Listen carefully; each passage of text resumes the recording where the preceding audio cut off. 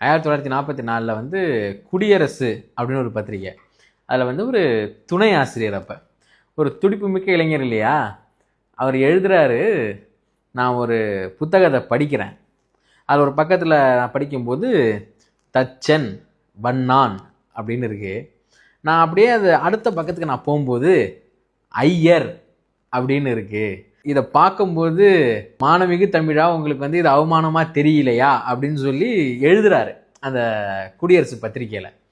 இதோட இம்பேக்ட் அவருக்கு எது வரைக்கும் இருக்குன்னா, இவர் 1957 வந்து வெரி ஃபர்ஸ்ட் டைம் எம்எல்ஏ ஆகிறார்.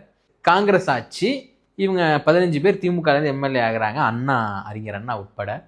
கலைஞர் வந்து அப்போ 1957 வந்து சட்டமன்றத்தில் ஒரு தீர்மானம் கொண்டு வர்றாரு, தீர்மானம். இந்த தீர்மானத்தை வந்து அப்போதைய அரசு ஏற்றுக்கொள்ளலை.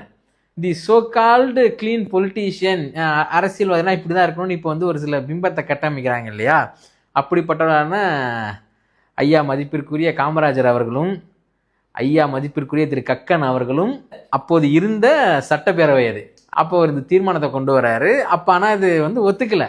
இதில் ஹைலைட்டாக இன்னொன்று என்னென்னா, திரு கக்கன் அவர்கள் வந்து இன்னென்று சொல்வதில் இழிவல்ல அப்படின்னு வந்து அவர் சொல்கிறார். இது வந்து அசம்பிளி நோட்ஸில் இன்னும் இருக்குது, நீங்கள் இதை பார்த்துக்கலாம். ஸோ அவரால் அன்றைக்கி பண்ண முடியல 1957.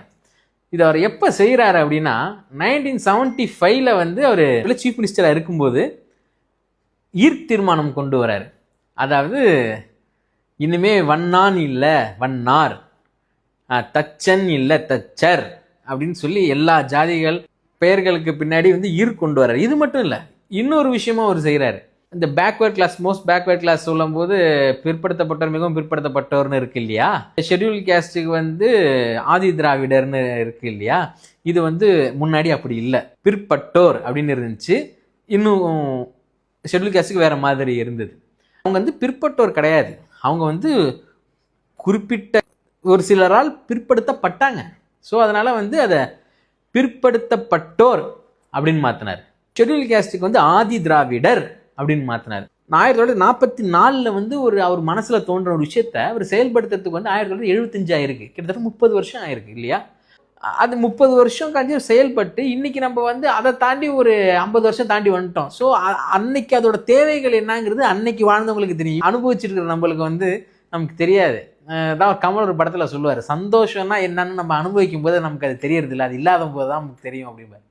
அதை மாதிரி தான் இந்த விஷயங்கள்லாம் வந்து ஒரு விஷயத்தையும் அது எவ்வளோ பெரிய சமூக மாற்றத்தை வந்து இந்த சமுதாயத்தில் உருவாக்குச்சு அப்படிங்கிறது வந்து அதை அனுபவிச்சவங்களுக்கு தான் தெரியும்.